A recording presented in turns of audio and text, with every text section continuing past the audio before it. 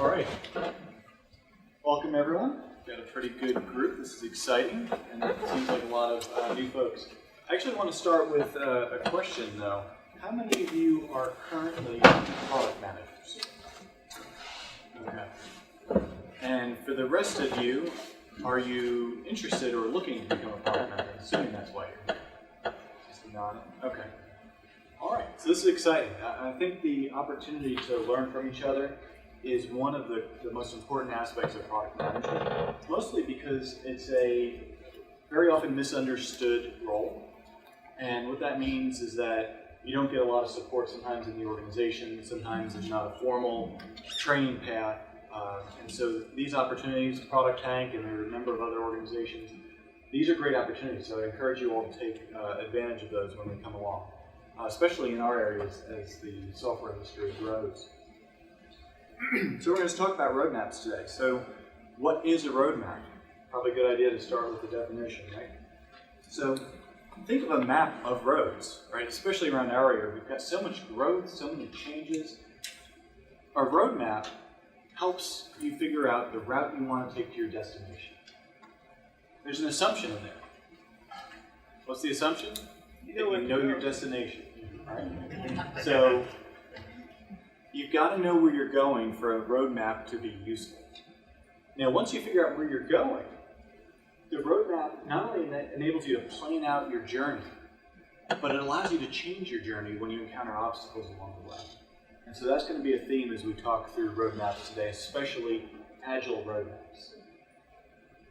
As I started to put together this talk, one of the things that kept coming to my mind is all the times, and I've worked for a lot of startups, so I think maybe part of it is my background in particular, but even in larger organizations that were shifting from waterfall to agile, people get all excited about agile, and I say, wait a minute, no, we have a backlog, we don't need roadmaps. You absolutely still need roadmaps, and I'm going to talk about why and how to do that in the context of agile. So if a roadmap or a map of the road gets you to your destination, an agile software roadmap helps you identify the capabilities that are going to help take your product where you want it to go, and that's your product vision. So we're not going to get into product vision today.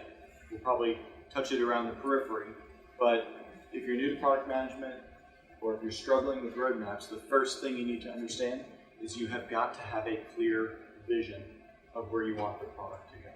Start there. If you don't have that, go figure that out first and then come back to this afterwards.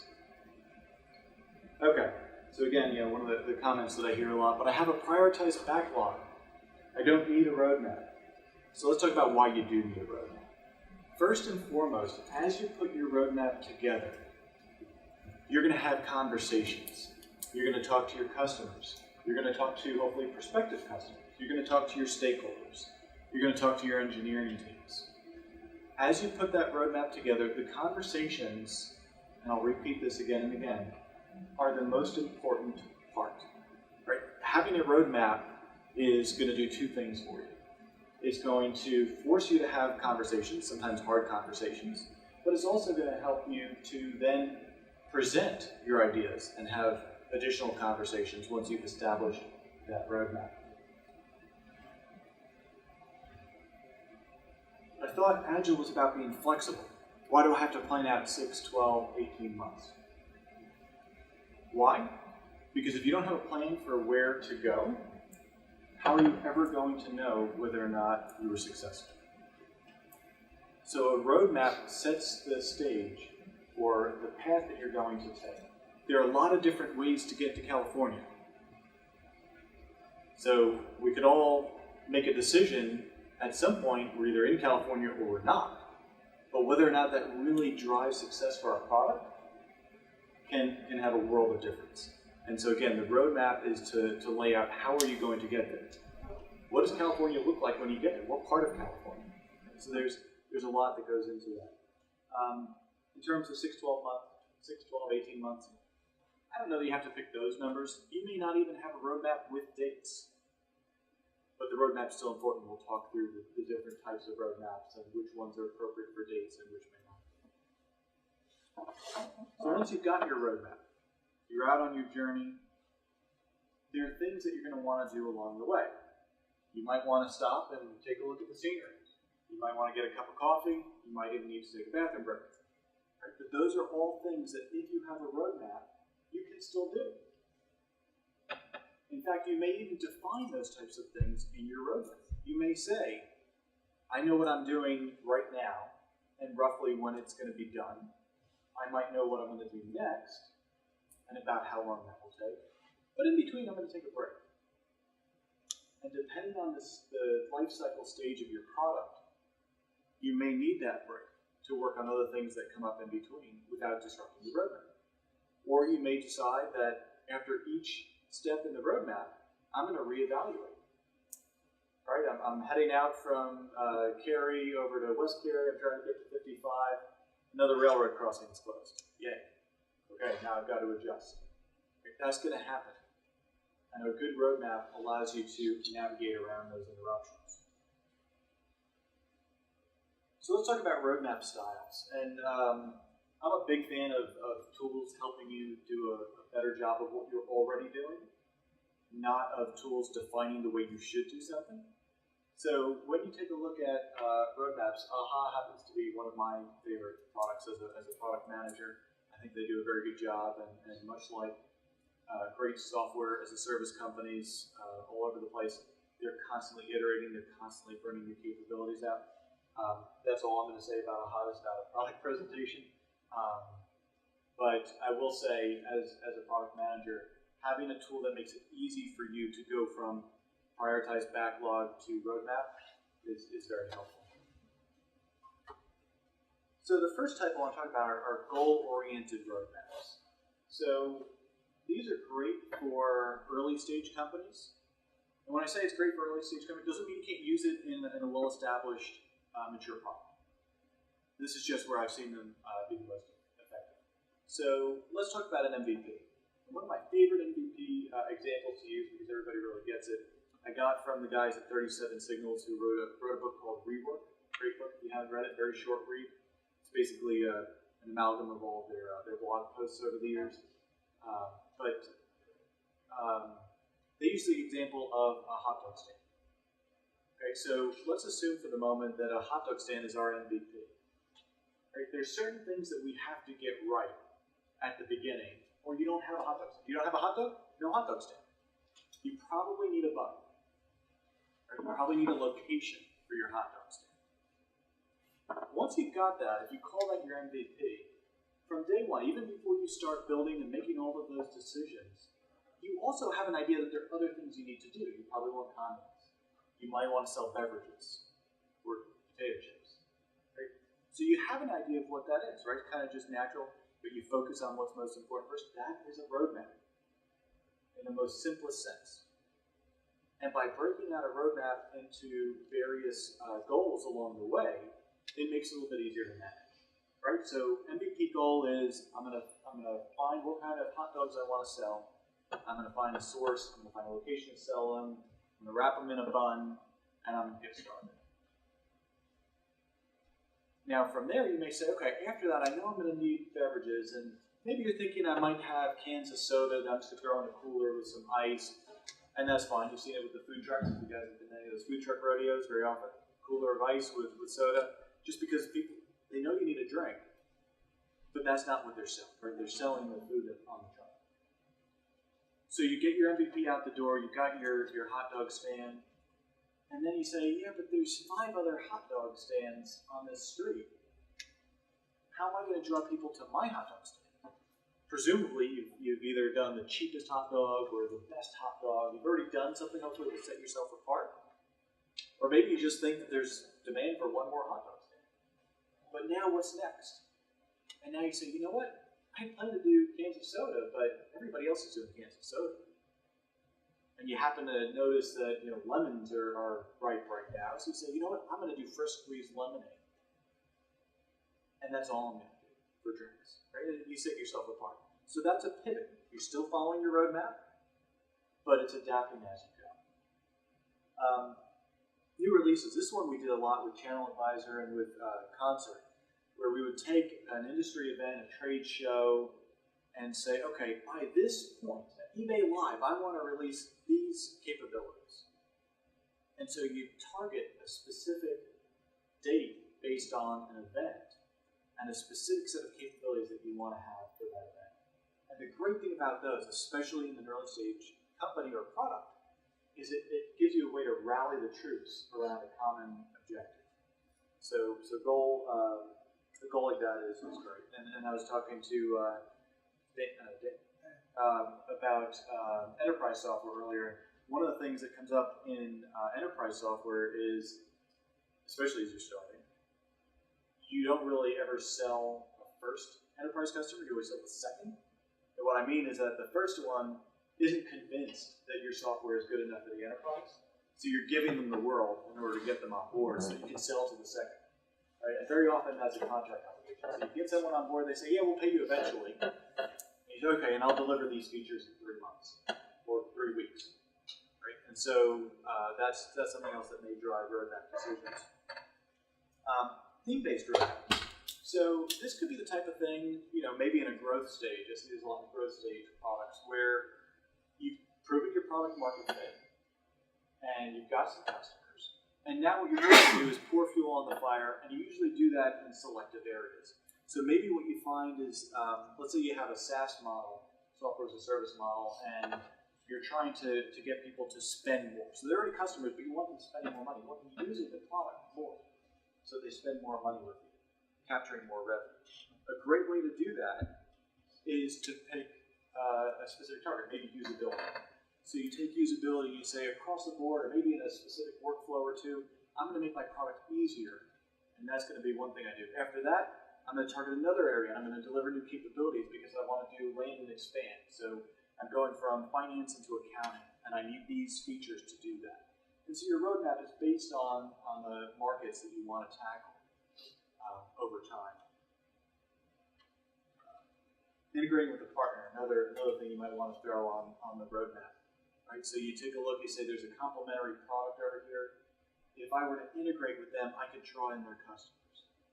Right? So theme-based roadmaps are really about what is it now and then in the future I want to do to capture more customers, more revenue. And then finally, the third group is change. Let's give it up on me, do the old-fashioned way. And the third is time-based. So this is where we do get into the 6, 12, 18-month roadmaps. And you can absolutely put dates on that. And some of you are working for organizations that expect you will have dates. I would push back a little, that's my style. I'm not going to get into the whole debate over whether or not you should put dates on roadmaps, especially with agile development. What I will say is it works with and it works without. So you just have to figure out how to adapt to that based on what your needs are. Very often it's a third party that's controlling it, right? So maybe you're selling to enterprise software companies and they're embedding your software. And so they have their own roadmaps with dates and you need to work with them on that. But one of my favorites, really my favorite, is the current, near term, and future. And this is where you say, okay, this is what I'm currently working on. So my next release is going to have this set of features. It's usually very well known. So if you're following Agile and Scrum, you're going to have your sprint, which is very clear, hopefully. Then you might have iterations of multiple sprints. And so those may be clear, but have a little bit more flexibility. And then you've got your releases. So those are the things that you can put into here's what I'm going to deliver currently. Here's what I'm doing next. So you have a pretty good idea of what that is. And maybe it's a set of features or capabilities. And then the future is, here are some of the big picture items that are really important that are coming down the road. But you don't have to commit a specific date. But it lets your customers and your prospects know where you are. By the way, again, why this is so important. When you have a conversation with a prospect, and sometimes it's you, the product manager, that's in the conversation, but very often it's not. If you have a roadmap deck that your sales team can use and talk about some of the things that you're working on, if you have that prepared, what that means is they can engage and say, hey, we've got this coming down the road. Yeah, I don't have a date on it, but it can gauge interest. So if you get your sales team coming back to you saying, hey, I just had 6 conversations this week with people who really want that feature, maybe future moves up to next. And it helps you adapt and adjust the roadmap. So the things that are not on the roadmap are also equally important, right? As your sales team is out there and they're talking about what's coming, to know that they can, with confidence, say, yeah, that's an interesting idea, Mr. Customer, but I don't know that it's on our roadmap. And again, they're going to bring that, hopefully, they're going to bring that feedback to you, and where necessary, you can adjust your roadmap. So the most important aspect of a completed roadmap is really to be able to communicate what is in, what is not in, for those customers. There we go. Okay. I'm going to wrap up with this topic here, once we renegotiate. So, when do you renegotiate, reassess, reevaluate, rewrite your roadmap? Whenever you need to. This is an emotionally hard thing to do for some of us. We just spent a month talking to engineering and to our managers and to our customers, and we tweaked and we tweaked and we got a roadmap and it's finally done, and we're about to publish it, and a new competitor enters the space. Don't be afraid to throw it out and start over, or tweak it if necessary. Whether you do a little change or a big change, that's okay. It is okay to change the roadmap. What's important is that you change it when you need to, and then you communicate it. So as soon as there are changes, make sure that everyone who needs the roadmap, everyone who's presenting it on your behalf, has access to it, and for those key customers, key accounts, that may have already seen it or seen it recently, that they get an updated presentation. It's really important. Again, the whole reason to do this is that you need to make sure that you are communicating, that you are, and communication is not just speaking, it's listening. So making sure that you're listening to your customers, listening to your sales teams, understanding where you need to make those changes, and effectively incorporating that into your plans. So I'll leave you with this one thing from the Agile Manifesto here: individuals and interactions over processes and tools. This product roadmaps I see as the embodiment. Right? It's really about having those conversations and interactions so that you can then be sure that you are headed in the right direction and that you will get to your destination. You will see that product vision be successful. So, thank you. I appreciate everyone's time today and look forward to a dynamic conversation here. I think we're going to break out into groups. Before we do that, actually, I wanted to give the opportunity for the audience to ask questions.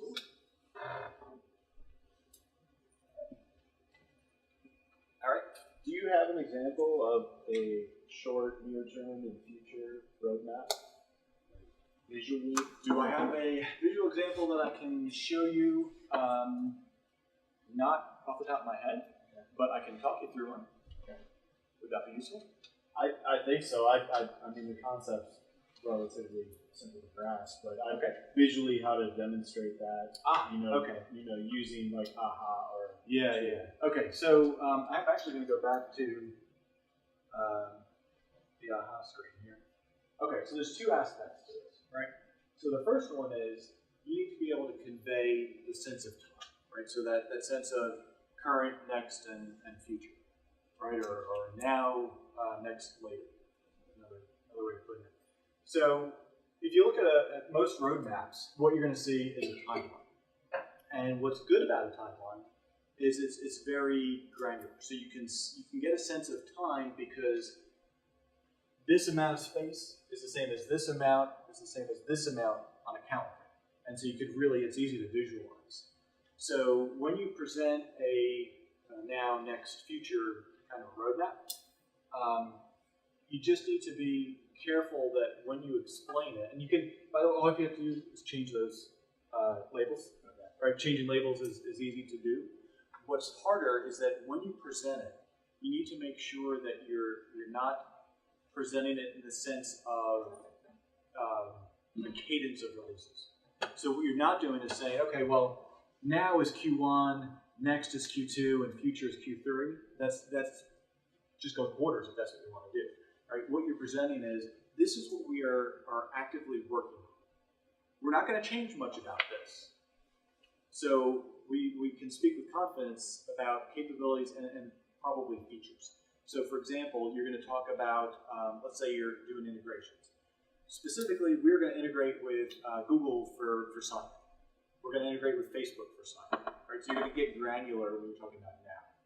When you're talking about next, what you're going to say is, we're looking at single sign-on, and we're considering the providers that we might integrate with. Right? So it's an opportunity to engage. I'm not going to debate whether or not we're doing single sign-on. I will talk about whether we're doing Google, Facebook, or Yahoo, or whatever. And then future is, we're going to talk about how we manage authentication. Right? So that's something that people have expressed an interest in, not having to manage users in our software.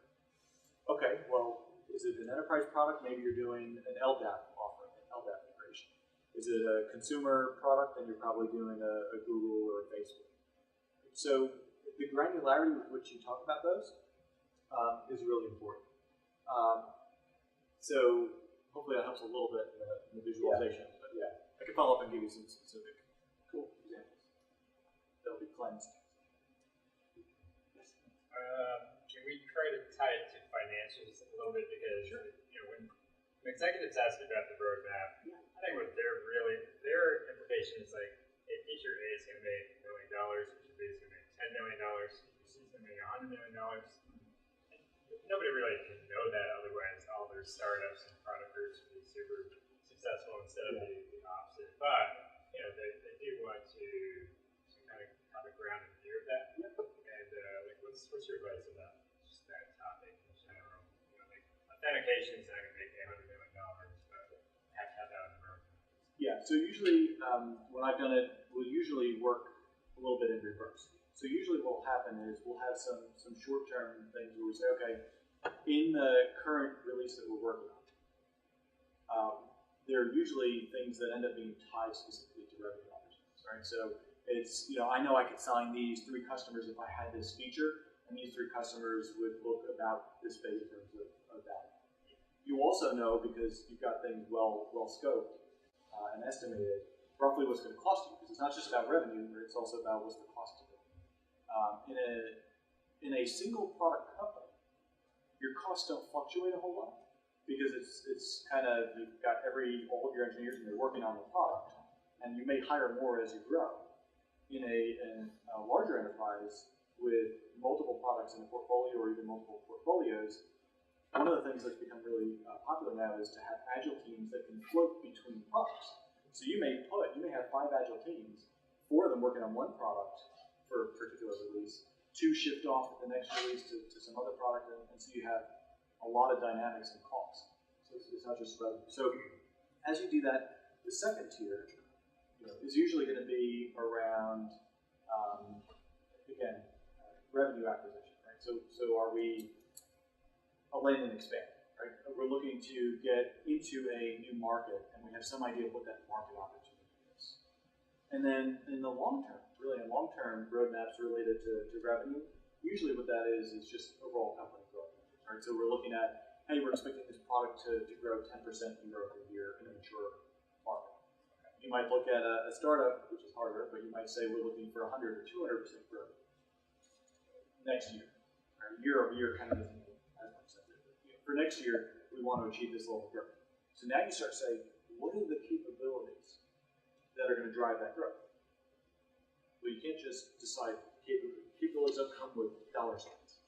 Customers and revenue come with dollar signs. So what are the capabilities that are going to get us more customers? And that's where you start moving from the dollars into themes. Right? So you say, okay, if I could, let's use a good example here. Let's go with Apple. So let's say at some point Apple says, I've saturated the market on premium smartphones. And for me to attract more customers or more revenue, I've got to go down market. I've got to have a cheaper iPhone. Does cheaper iPhone really work with Apple's model? Not so much, right? There's a disconnect there. But what they can do, there's some things they can tweak.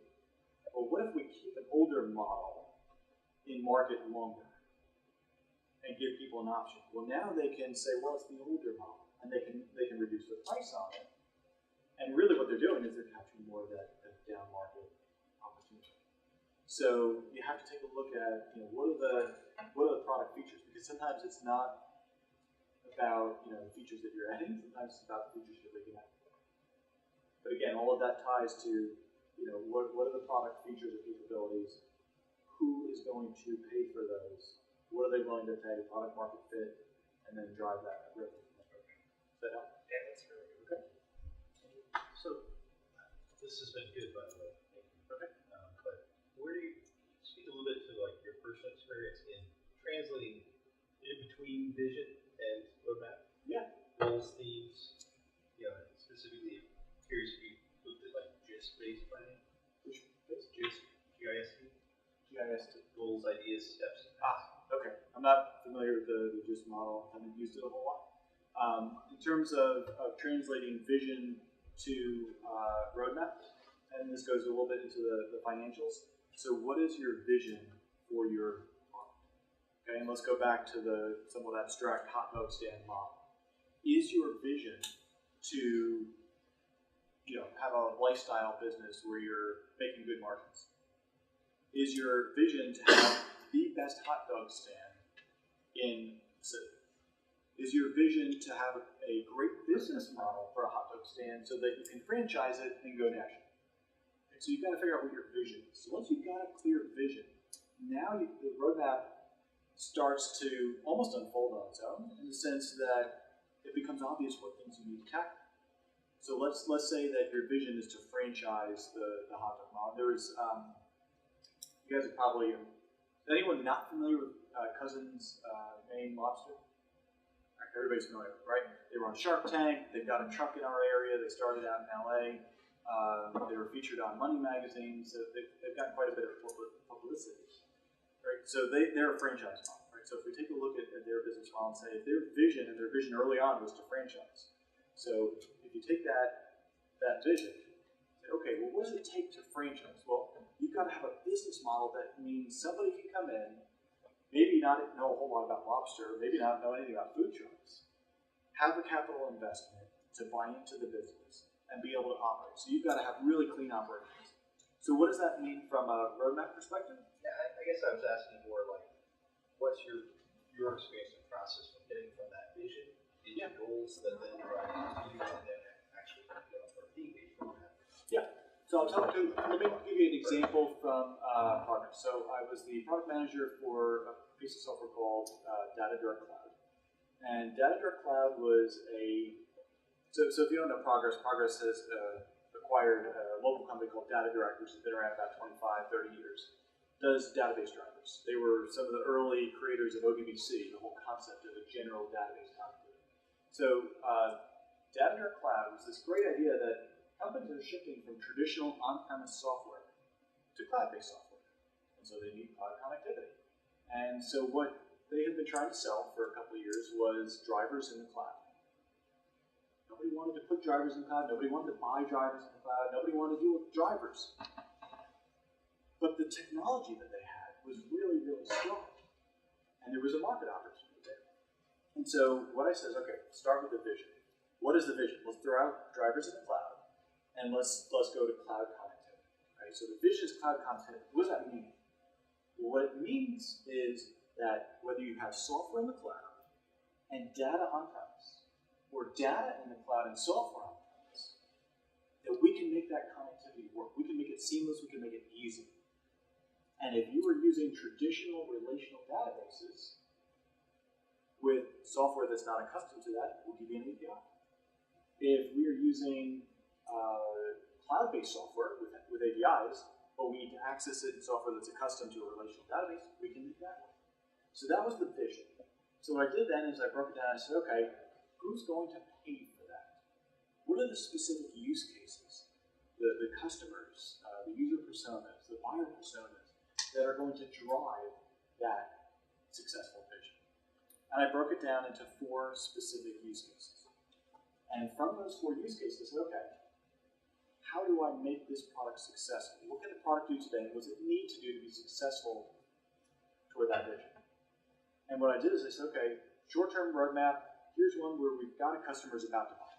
There's a couple of things we need to do. So current is satisfy this customer's need. Right? Get the big check. So we did that. Great. So next on the roadmap is this next use case. How do I get those customers? What features, what capabilities do I need to do in order to make that box successful? Right? This market opportunity.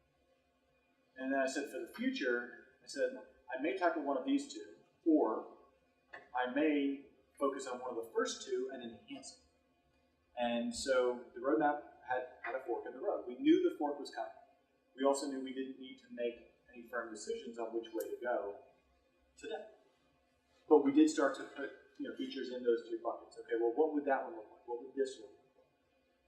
And so as we evolved the product and as we went down the road, now we can say, all right, now I have a little more clarity. Which fork am I going to take? And we already had some stuff lined up for that fork. So it was just adding a little bit more to it, and now we've got our next release. And so it was very successful. We managed to go from, I think it was about $13,000 in revenue the year prior to over $1 million in bookings that year. And it was, it was a good year. So that's the type of thing that, you've got to have that clear vision and then figure out what are the steps I need to take together. Now, all of this for me, as a single product in a portfolio in a large company, maybe not large by IBM standards, but large by startup standards at the time, said, okay, I don't have to worry about the cost side of this. We know what our costs are. We've invested in it. We're going to continue to invest in it. And I'm eventually going to hit these steps on the roadmap, and I'm going to make money.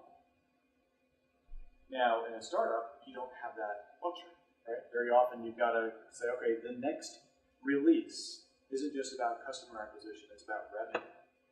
So again, those types of decisions along the way, again, they will inform your roadmap. Questions? Yes? How do you establish relationships and visualize relationships in this kind of a model? Relationships between features or relationships between people? Phases, or for one phase could lead to some features in another phase or something like that. So a lot of product management is about communications. So how do you communicate those kind of relationships to other stakeholders? So just to repeat the question, so how do you visualize the relationships between one release and the next, and the kind of, yeah. Okay. All right. So you're saying more capability relationships, right? Oh, Than yeah. lease relationship. More of capability and basic. How do you display that? Suppose if I'm taking a very crude example, you took that hot dog stand. Yeah. So there could be a make or buy decision with buns. And with buns, if you make your own bread or buns, then you have the customizability to go into different features later. But if you buy it from someone else, you don't have it. Yeah. So how do you establish that? Okay. I'm trying to figure out if that's really a roadmap question. Because how do you display that? How do you visualize it to other stakeholders? Yeah. So the dependency between one decision or one. Yeah. So all right. So I'm going to use a hot dog example. I think I can answer what you're talking about here, and if I get it right, we'll see if we can expand on that a little bit. So you're talking about the build versus buy decision. So am I going to make my own hot dog buns, or am I going to source them from the best bread maker in the area? As you make those decisions, that I think what you're saying is it trickles down into other decisions that happen later on in the roadmap. So you might decide to make your own buns, and you don't really put seeds on a hot dog bun that I've ever seen, but for hamburger buns, there's variants, right? There's different options that you have. There's just features that you could have because of that decision, right? And I think, in my mind, it's not. I think the reason why it's difficult to answer the question is, I think maybe it's a little bit in reverse. So I think what you need to think about is, what do I want to deliver? Do I want to deliver a single product with a limited set of capabilities because that's intentional? Or do I want to deliver a lot of choice? There's a place we were talking about, Fort Fisher and Carolina Beach. There's a place down in the Wilmington area. I think they still have a few of them open. The Charlie Stop, and it's a hot dog company, and all they do is hot dogs, but they have an immense amount of variety in what they do, and they have a menu this long. You can get the Charlie, or you can get the this or that, or different style hot dogs, and those choices are already laid out. Right? So if you have that vision that you want to offer that choice, you've got to have that in the vision ahead of time, because the roadmap will then be driven based on that vision. If your vision is all I'm doing is hot dogs, I'm keeping it simple, that vision is different, and how you execute the roadmap is different. So in terms of visualizing, how do you display that?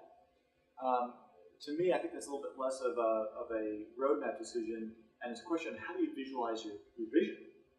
How do you convey to your stakeholders what the product should be? What is the ideal product that you want to have? Okay, and as you come up with that vision, there's a lot of different ways to visualize it, right? I mean, everything from a simple list of features to an actual picture. Right? I can draw you a picture of a hot dog stand. Well, I can't draw it. I'm not very good. I'm not an artist, but I can find you a picture of a hot dog stand and say, this is what I want it to be. And I can give you 20 pictures of this is what I don't want it to be. So you can visualize things that way. Now, on the roadmap, there are certainly within a tool like AHA, you can do dependencies. Right? So you can link one item to another, and you can use that to inform aspects on the roadmap.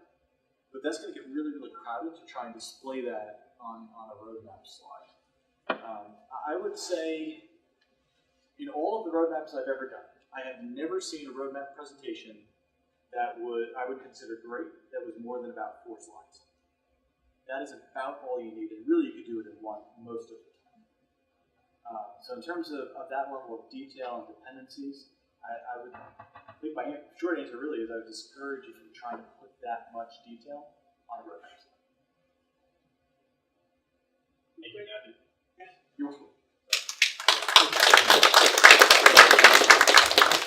We do have a little bit more time, and what we wanted to do was break out into group discussions. So we put together a couple of questions off of this presentation. Keep going. Okay. Cool. So I think we have enough people to break into 4 small groups. So about 8 to 10 people or so, maybe each corner of the room, and one of us will be around to facilitate each group. But essentially, some of the questions that we put together: how do you and your company create roadmaps? What works well? What doesn't? Building off of this discussion today. How do you communicate those to internal stakeholders and external customers? And how do you handle changes, successes, and failures? So hopefully our goal with this is to get a little bit of discussion going among us, and then one person from each group can jump up at the end and share some words of wisdom. So that's our goal, is to try and find a jewel out of the group. So I'll take this group over here and we'll get started. So I think we have about 15 minutes, so that's a lot to cover in that amount of time, but we'll do our best. So we may have 2 groups here and then 2 groups here. I'll moderate one of them.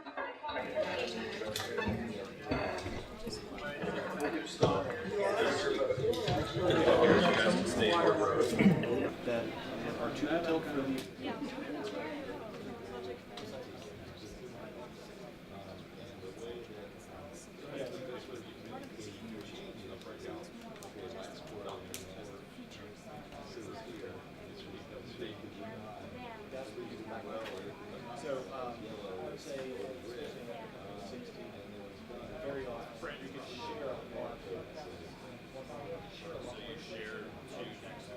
So this is our first time doing this. I think we'll try this again at a future event as well, and maybe give it a little bit more time.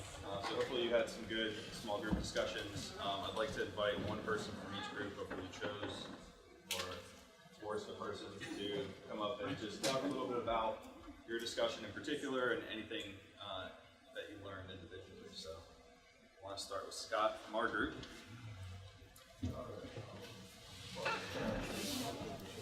It doesn't have to be long, it's really quick. Who's I'm Scott, and I am a product manager. What? So we talked about the last topic, which was how do you represent changes, successes, failures when it comes to roadmaps are concerned. And we talked about it from the aspect of presenting that to a group, or it could be a customer, but most likely it's going to be internal groups that you're presenting those to. And visually, what's the best way to represent? Because things change, right? I mean, I know we saw several pristine roadmaps that looked like everything was lined right out, going as planned, right?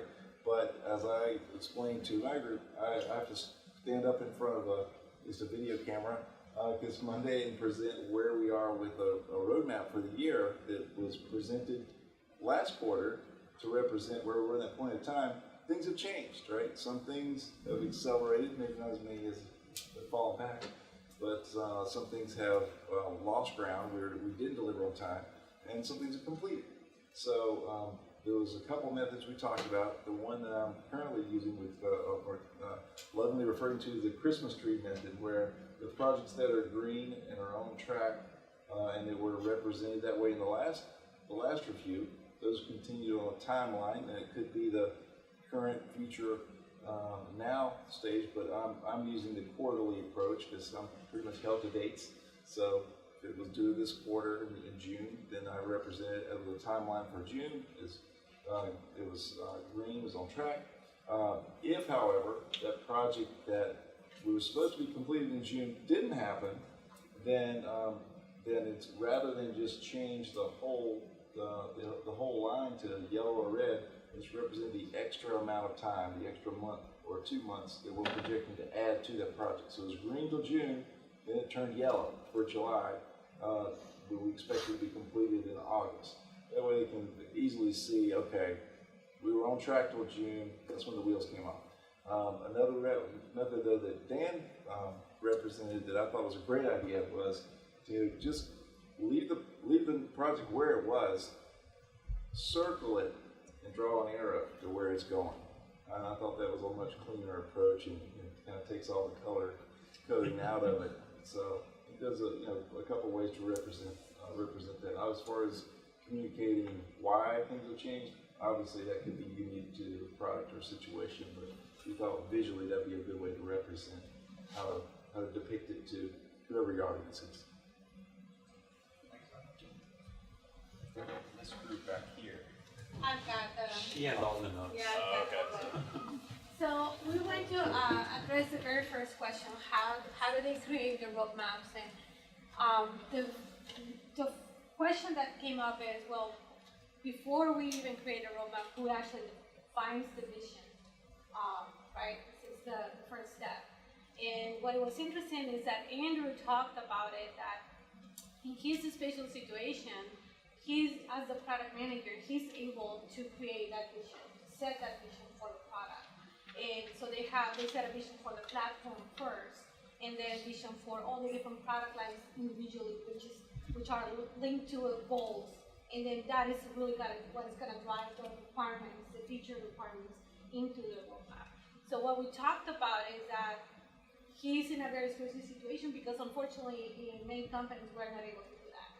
It's always, as product managers, we always have to listen to others, usually high up, that are coming and directing us and driving the vision or driving the roadmap. And so, unfortunately, we don't always have that, option to do that. We also talked about challenges, and that is addressing the third question of how we deal with changes when there are changes to the roadmap. How do we deal with it? And Andrew again mentioned how he uses the data to support his decisions. So when we are talking about, or when somebody else comes and talks to us about changes that we need to make, unforeseen changes that we need to make, well, where's the data to support that business decision, to whether we're going to add it to the roadmap or not? And I think the most important thing here is that, so we have to always use that data to support those decisions.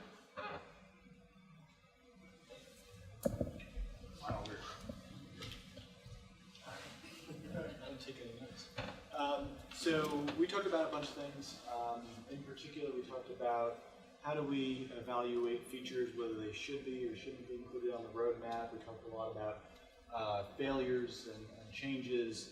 So how do you evaluate whether or not something is even a failure? Right? We talked a little bit about the fact that you need metrics in order to really understand the value of things that you're putting on your roadmap and what you hope to accomplish coming out of that. What else did we talk about? Like how do we create the roadmap, and then how do we communicate it?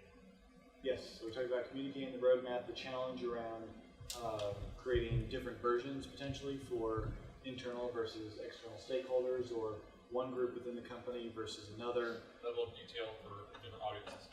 Exactly. So we actually had a group of almost entirely non-product managers. So we just shared some of our experiences around creating those roadmaps and evaluating whether or not they've been successful. I feel like the first question is the first one again.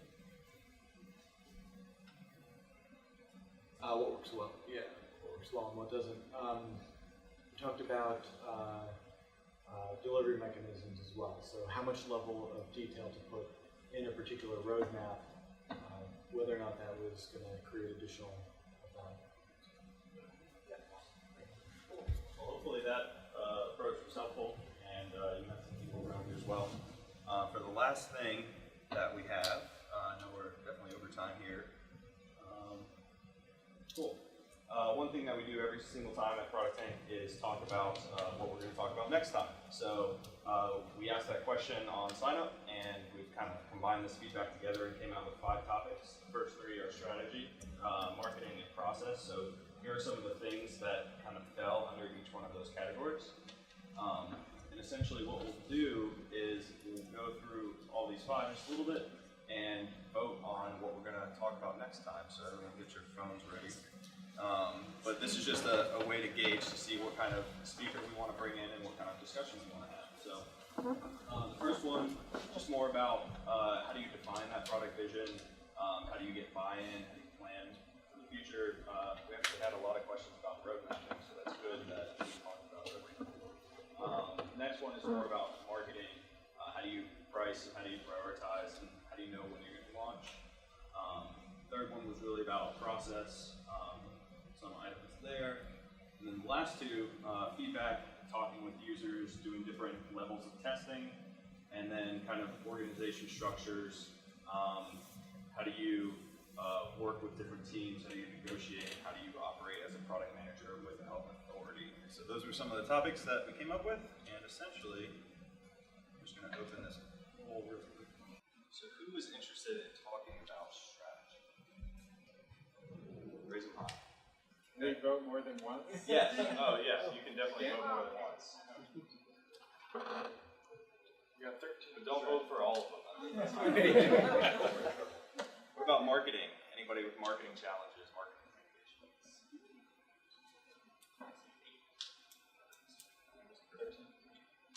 Process. Manage teams and work with other people. Feedback. Talking with users. Prioritizing, engaging, testing.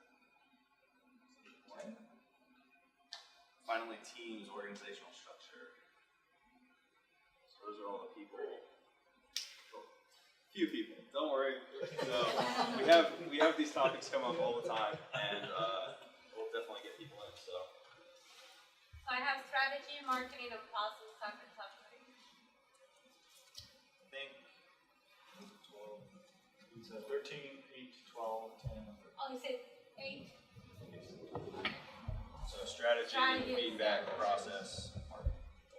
Strategy, Strategy, process, marketing. process, feedback, Marketing.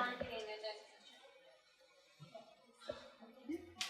Finally, we are interested in finding people that want to speak or help organize. We are getting more sponsors, which is great, but if your company wants to sponsor or be